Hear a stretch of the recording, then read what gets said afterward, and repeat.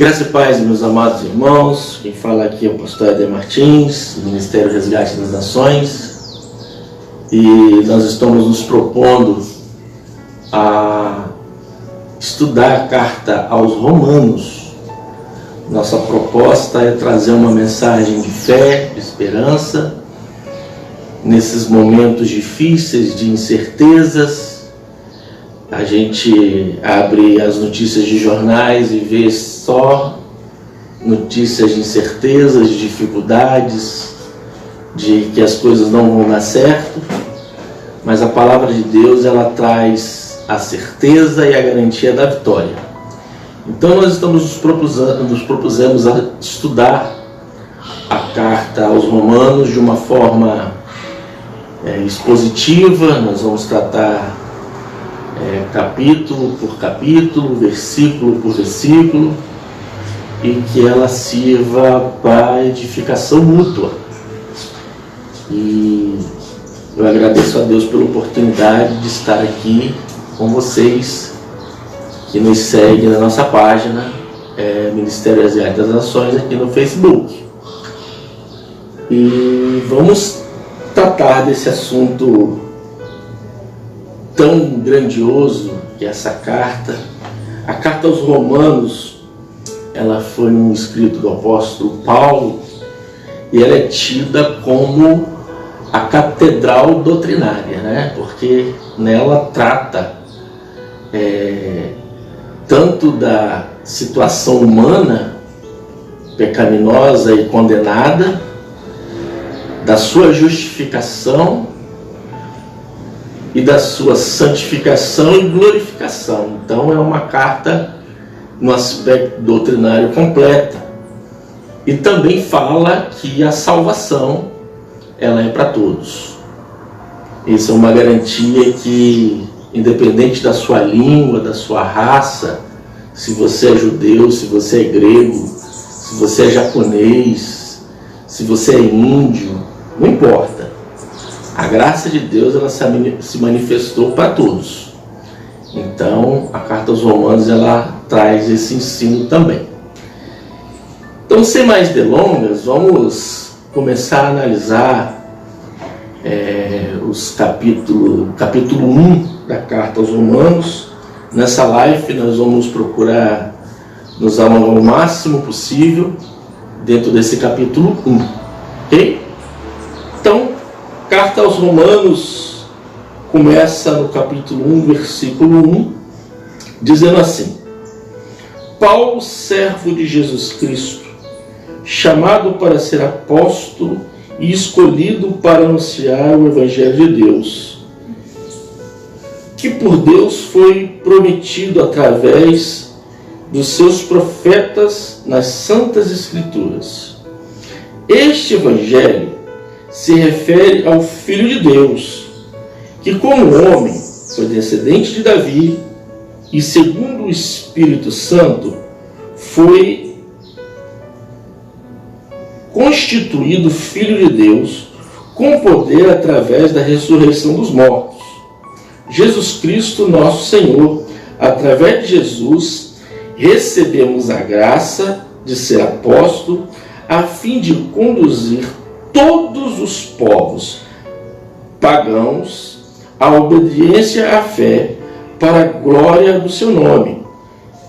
Entre eles estão também vocês, chamados por Jesus Cristo.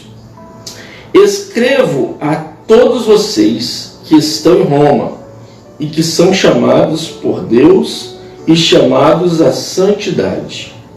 Que a graça e a paz de nosso Pai e Senhor Jesus Cristo estejam com vocês.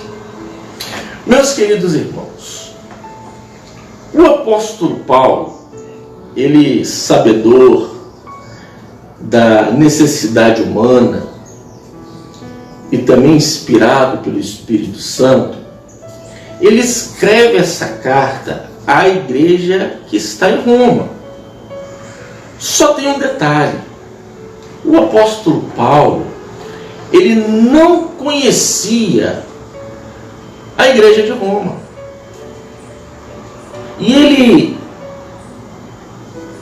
por uma coincidência, ele encontra com Lloyd e pede para que ela envie essa carta aos romanos. E ele trata, dentro desse assunto, a situação seguinte. Ele sabe que o inimigo das nossas almas, ele trata de nos atacar em duas áreas bem fortes. A primeira área que ele costuma nos atacar é a nossa identidade. A identidade é uma área que o nosso inimigo ele procura atacar de uma forma taxativa. E a outra área é o nosso equilíbrio. Então, quando nós lemos os primeiros versículos aqui da carta aos Romanos, você vai ver o apóstolo Paulo como que se fazendo um currículo para a procura de um emprego. E ele vai direto ao ponto. Ele não fica com nenhum problema de estar com medo, de se mostrar. Ele vai direto se mostrando quem ele é e qual o seu objetivo e por que ele está aí. Então ele começa dizendo quem ele é e a que veio. Então ele diz que ele é Paulo, ele é servo de Jesus Cristo, chamado para ser apóstolo e escolhido para anunciar o Evangelho de Deus. Olha, meus irmãos, isso é uma coisa muito importante que nós descobrimos aqui. Ele se apresenta como ele é. Ele é um servo de Deus. Ele foi chamado e foi escolhido para pregar o Evangelho. Ele tem a consciência de quem ele é. Ele sabe qual é o seu objetivo aqui na terra, qual é o seu propósito. Ele tem a sua identidade bem fixada. Então ele coloca para aquelas pessoas que ele não conhece, para a igreja que está em Roma, já o seu currículo. Ele já coloca logo de cara, e sem nenhuma hipocrisia, e sem não aumentar nada, simplesmente aquilo que ele é. Veja, ele diz que ele é servo de Jesus. Ele não se omite da responsabilidade. A primeira lição que a gente aprende é que nós não podemos nos omitir quem nós somos. A nossa identidade como cristão, ela tem que estar firme. A Bíblia diz que nós somos chamados para ser luz. E nós não podemos esconder uma lâmpada ou uma lamparina debaixo de uma mesa. Nós temos que colocar essa lâmpada no local para que todos vejam. E as nossas práticas, as nossas obras, elas têm que ser vistas por todos para que o nome do Senhor seja glorificado.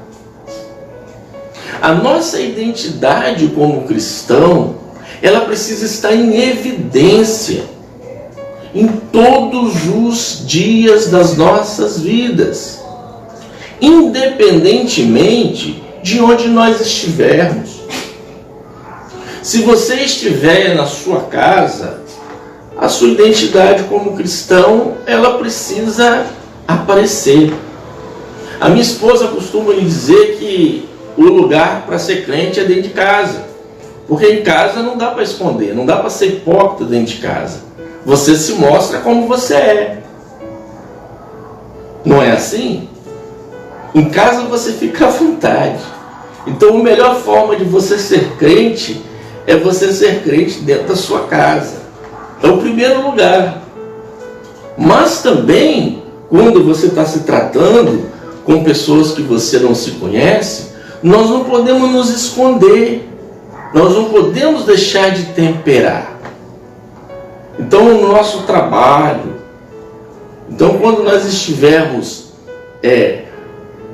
em contato com pessoas que a gente não conhece, nós não podemos nos omitir. Porque nós vivemos tempos hoje de só notícias ruins. A notícia que nós temos hoje é que vai morrer todo mundo. A notícia que nós temos hoje é que as pessoas não vão sobreviver a este vírus, a esse coronavírus. Mas, meu irmão, minha irmã, você é servo do Senhor. Também foi chamado, foi escolhido para anunciar o Evangelho. Então não tem necessidade de desespero, não tem necessidade de você ficar desesperado, porque o Evangelho quer dizer uma boa notícia. Então você foi chamado, você foi escolhido para ser um portador de boas notícias, de boas novas. A boa notícia, meu irmão, é que Jesus, como diz aqui na própria carta, esse Evangelho, essa boa notícia, se refere a Jesus Cristo. Meu irmão, minha irmã, Jesus Cristo, Jesus de Nazaré, o Jesus da Bíblia, aquele que morreu e ressuscitou, ele tem poder para restaurar todas as coisas. Você não precisa ficar com medo, você não precisa ficar em desespero. Deus do céu, o que será de mim? Você já tem o seu futuro garantido em Cristo Jesus. E você precisa ser um portador. Você precisa ser um pregador de boas notícias. A boa notícia é que Jesus está vivo, meu irmão. Jesus não morreu e ficou morto. Jesus morreu e ressuscitou. E a Bíblia garante que ele tem todo o poder e autoridade sobre o céu e debaixo do céu, aqui na terra. Ou seja, se você está em Cristo, você está escondido atrás dele. Salmo 91 diz que aquele que habita no esconderijo do Altíssimo, a sombra do Onipotente descansará. Existem promessas para você. Então você precisa entender qual é a sua identidade. Você não pode ser uma luz que fica escondida. Muitas vezes no nosso trabalho, a gente precisa ser luz no nosso trabalho, mesmo convivendo com pessoas que não são crentes. É aí que a nossa luz precisa brilhar. As pessoas estão no desespero, mas nós não temos motivo para estar em desespero. Nós temos motivo para estar em vitória, porque nós somos mais que vencedores. E nós estamos habitando no esconderijo do Altíssimo. Então nós precisamos entender quem nós somos. Nós precisamos aprender quem nós somos. A Bíblia diz que a igreja do Senhor, ela é uma nação santa. Ela é o representante do reino aqui na terra. Então ela nos deu autoridade.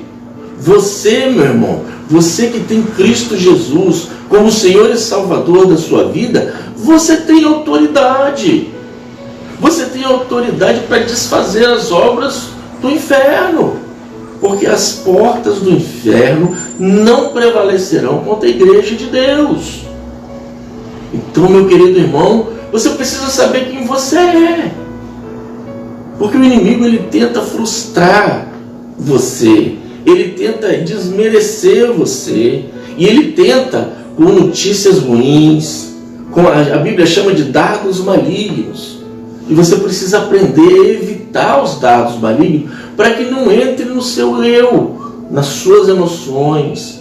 Para isso ele te deu o escudo da fé. Então, meu irmão, esses primeiros versículos que nós lemos, ele trata da identidade dele. Aqui ele veio. E nós precisamos mostrar para o mundo. As pessoas precisam saber o que você veio fazer aqui. Porque você é representante do reino aqui. Se você não falar, se você não temperar com sal, se você não brilhar, quem vai brilhar? O Senhor Jesus quer usar você. O Senhor Jesus quer usar você. E saiba de uma coisa que eu vou falar para você agora, que talvez você não parou para pensar. A Bíblia diz que você e eu, a igreja do Senhor, nós vamos reinar com Ele. E nós vamos julgar as nações. Se você vai julgar as nações, meu irmão, se você no futuro vai sentar ao lado de Cristo, então você precisa saber que você tem autoridade para ser o representante dele aqui na terra. Então não fique com medo, não fique acanhado pelas notícias que você tem recebido. Não fique temeroso. Olha para quem você é. Muitas vezes o inimigo, ele sopra coisas nos nossos ouvidos, né? Querendo atrapalhar, querendo te deixar para baixo, deixar triste. Mas, meu irmão, você está escondido atrás de Cristo. Não permita que Ele mexa na sua identidade. E seja o servo de Deus que você foi chamado para ser. Seja um filho de Deus. Irmão, pode ser que você esteja no momento de debilidade agora, no momento de fraqueza. Mas, meu irmão, saiba de uma coisa. Quem nasceu para reinar, Deus usa até no cativeiro. Se você é escolhido do Senhor, mas está meio fraco, mas Deus vai te usar do mesmo jeito. Porque você nasceu para reinar, você tem a marca, você tem o Espírito Santo. Então não permita que o inimigo te escravize, te coloque para baixo, em depressão, sem esperança com o amanhã. O seu amanhã está garantido pela cruz de Cristo. O seu amanhã está garantido por Jesus. Não é outro que te garante, mas é o Senhor que te garante. Então, a sua identidade é a coisa mais importante. Porque se o inimigo tirar a sua identidade, ele vai fazer um grande estrago. Ele vai te deixar órfão. E o órfão, ele fica abandonado, vira uma presa fácil. Não permita que o inimigo trabalhe na sua identidade. Para isso o Senhor colocou o escudo da fé. Tenha fé nas promessas de Deus para você.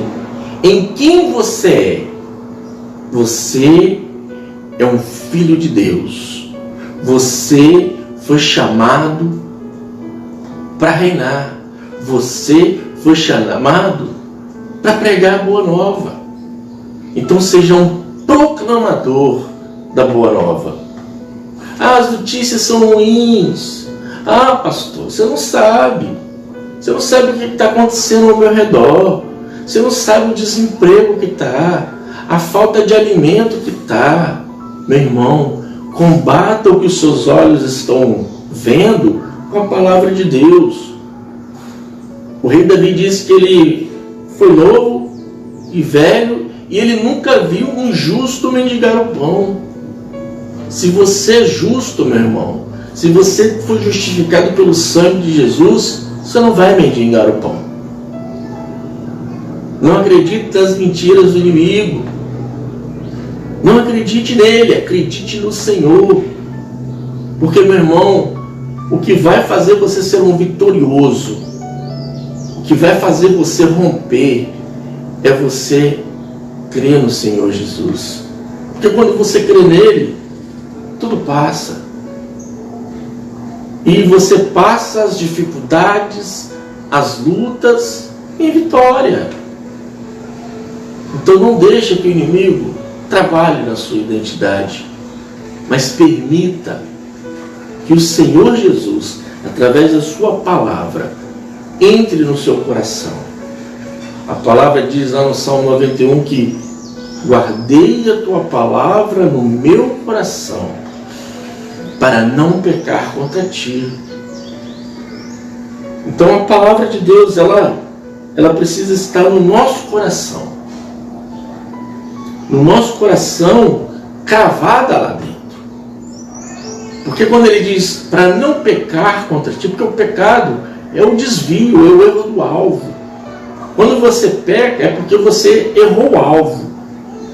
Quando você não está no propósito que Deus colocou na sua vida para você ser, você já errou o alvo. Quando você não sabe quem você é, já errou o alvo. O seu alvo é o céu. Então esteja nele. Porque sem ele você não consegue fazer nada. Mas com ele nós podemos todas as coisas. Com Jesus nós podemos todas as coisas. Então não podemos deixar que o inimigo toque na nossa identidade. E o apóstolo Paulo vem dizendo aqui para as pessoas que ele não conhece: eu sou Paulo, servo de Jesus Cristo, chamado para ser apóstolo, escolhido para anunciar o Evangelho. Esse Evangelho que foi anunciado lá no passado.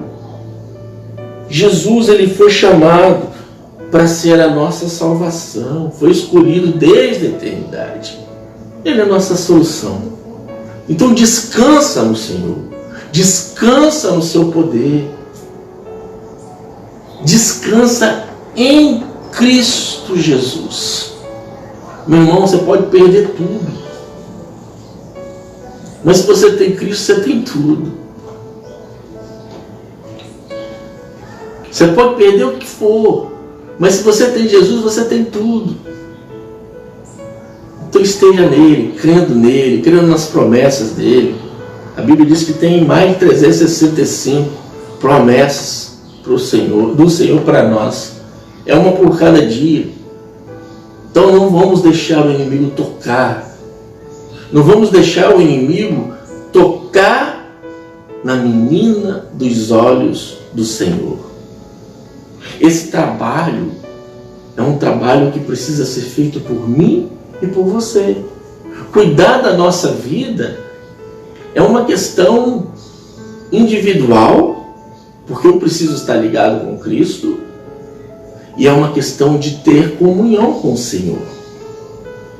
A comunhão com o Senhor, ela só vem através da amizade com Ele. Para ter amizade com o Senhor, nós precisamos ter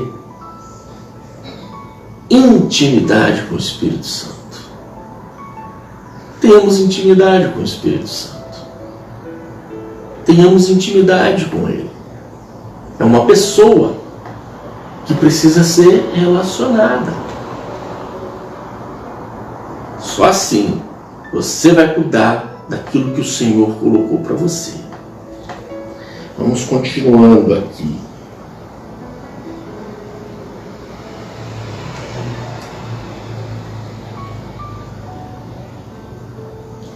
Antes de tudo, dou graças ao meu Deus por meio de Jesus Cristo, por causa de vocês, pois a fama da fé que vocês têm se estabeleceu no mundo inteiro.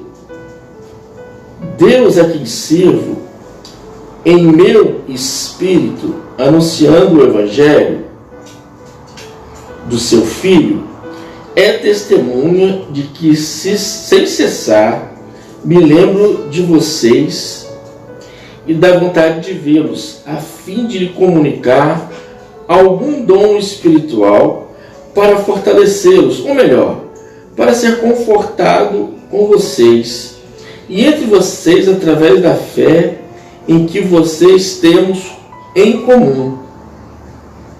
Porque eu e vocês temos em comum. Por outro lado, irmãos, quero que vocês saibam que muitas vezes pensei em visitá-los, mas até agora fui impedido de ir. Esperava recolher algum fruto entre vocês, como entre as nações. Estou em dívida com grego e bárbaros, com sábios e ignorantes. Deste modo, naquilo que depende de mim, estou pronto para anunciar o Evangelho também para vocês que estão em Roma. Meus irmãos, a outra coisa que o inimigo trabalha contra nós, além da nossa identidade, é o nosso equilíbrio. Note, o apóstolo Paulo tinha uma ânsia, um desejo de ir a Roma. Mas não conseguia ir até Roma. Todas as suas tentativas de ir a Roma se frustravam.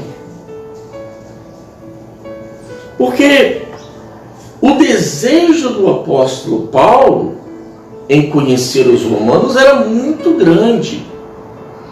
Porém, não era o propósito de Deus que ele fosse lá naquele momento. E nós só vamos entender quando ele chega no final do seu ministério. Porque não era o tempo de Deus. Paulo só vai a Roma no final do seu ministério. Por quê? Ele tinha ainda muita coisa para fazer. Se ele fosse a Roma naquele momento, a obra de Deus seria abreviada na vida dele e na vida da igreja. Então, meus queridos irmãos, a lição que nós aprendemos aqui é que existe tempo para todas as coisas. O meu tempo e o seu tempo de Deus, eles precisam estar em concordância. Porque se o meu tempo e o tempo de Deus não estiver em concordância, vai ocorrer uma coisa que o inimigo adora fazer: confusão e desequilíbrio. Quando você quer muito uma coisa, quando você deseja uma coisa e essa coisa ela não acontece, ocorre aquilo que a gente chama de frustração. E uma mulher ou um homem frustrado, ele se torna uma pessoa desequilibrada. Ela perde o equilíbrio emocional, ela perde o equilíbrio espiritual. Como você almeja tanto uma coisa e essa coisa não vem, você se torna uma pessoa frustrada. O inimigo, ele começa a trabalhar nessas áreas e nos abate. Lembre-se, quando eu comecei a falar desses primeiros versículos da carta aos Romanos, eu disse que o inimigo trabalha em duas áreas. Primeiro, na nossa identidade. E o segundo, no nosso equilíbrio. Meus irmãos, o segredo da vitória é que os nossos planos, os nossos projetos, eles precisam estar de acordo com o Senhor. Porque nós vamos nos tornar pessoas frustradas se nós formos correr atrás de coisa que o Senhor não projetou para mim. Ou a nossa ansiedade vai abreviar a obra de Deus na nossa vida. E o inimigo pode entrar. Tem muita gente que faz planos de trabalho.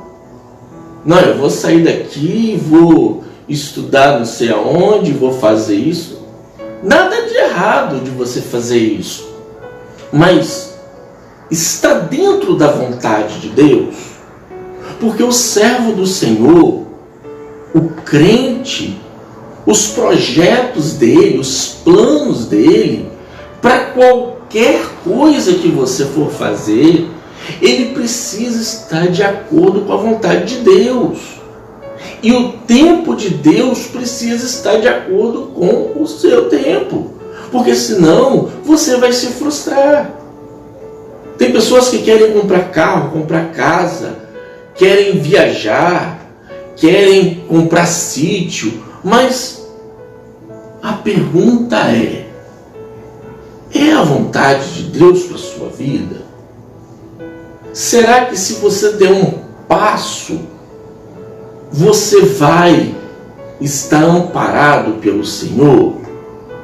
Ou será que você está dando o seu passo na sua própria força? Muitas pessoas têm os seus projetos, os seus planos bloqueados.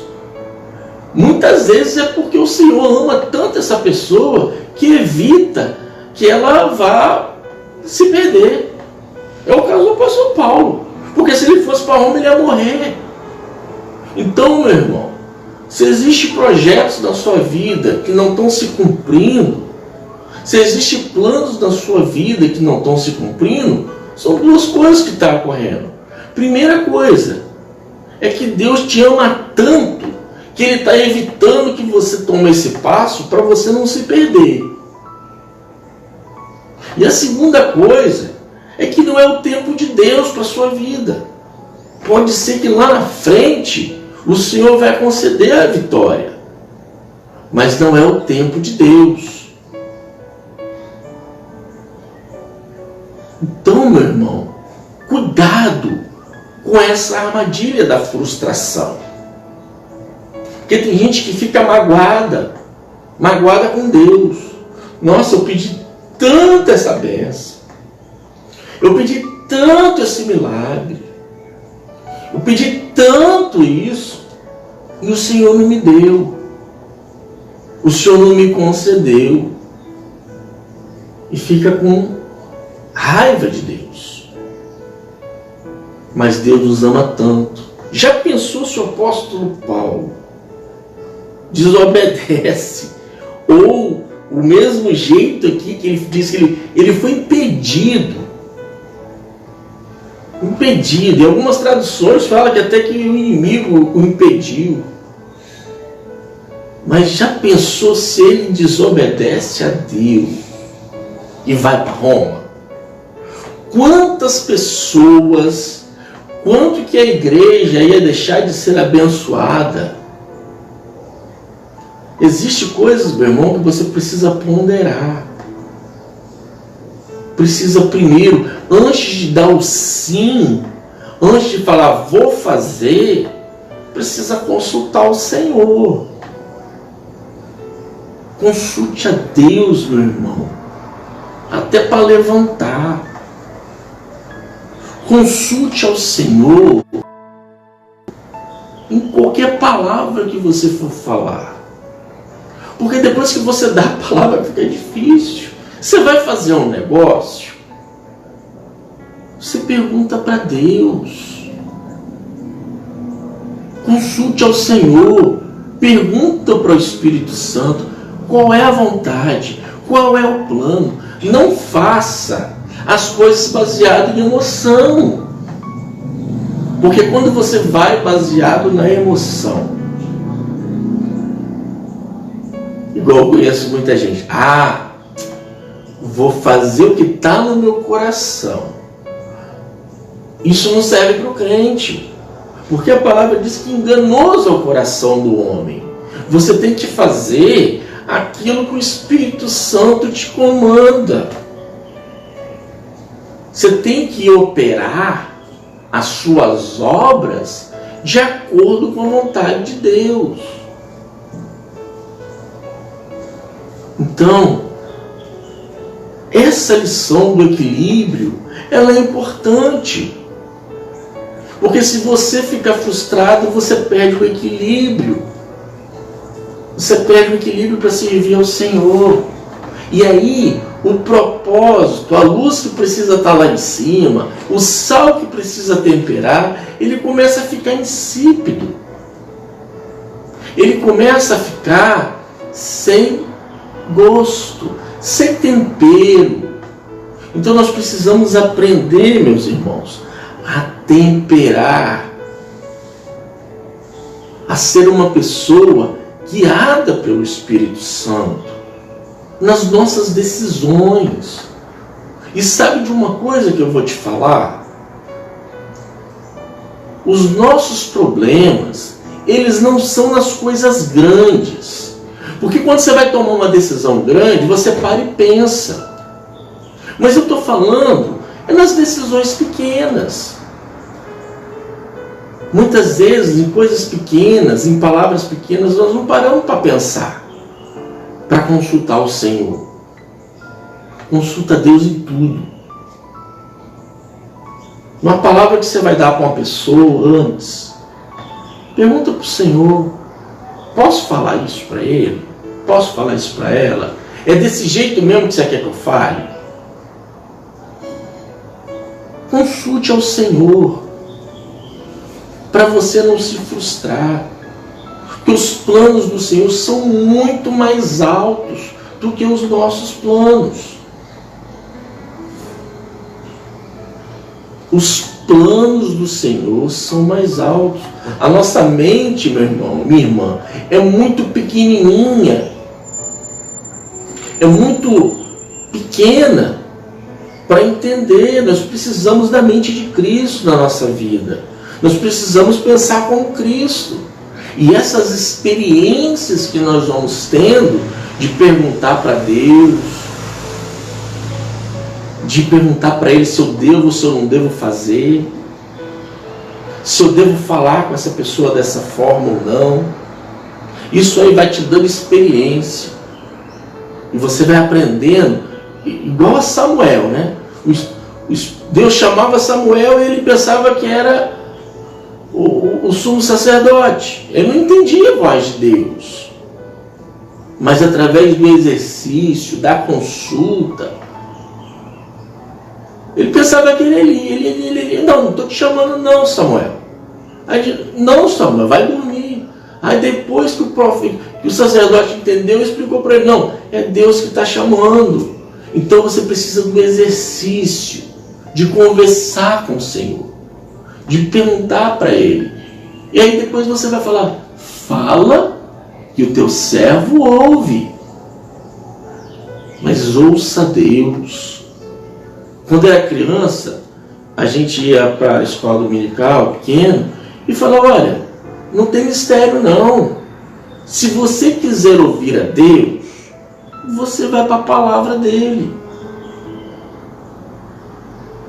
É aqui que Deus fala com você. Agora, se você quiser falar com Deus, você ora. E tinha até aquela questão do telefone de Deus, né? Que era 00, 2 joelhos no chão, 2 bolinhas. É aí que você fala com Deus. Então essa comunicação precisa ocorrer em todas as decisões, em todos os atos. A Bíblia diz que Daniel orava 3 vezes por dia. Mas, meu irmão, a igreja do Senhor, no Novo Testamento, é oração sem cessar. A conexão, ela precisa estar 100% com o Senhor. Tira a tomada da geladeira para você ver se ela vai gelar. Tira a tomada da televisão, se você ver se ela vai funcionar. A corrente continua lá, mas não está conectado. É a mesma coisa somos nós.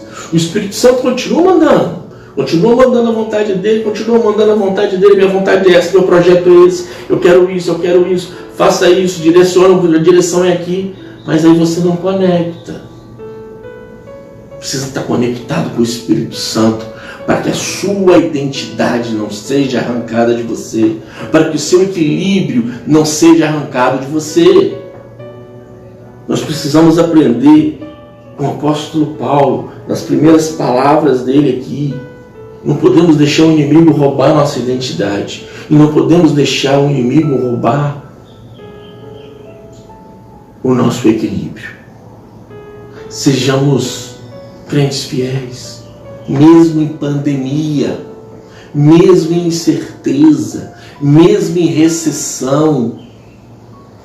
Meu irmão, eu não tenho recessão, eu não tenho dúvida, mas eu tenho certeza que o Senhor me garante que o justo não vai mendigar o pão.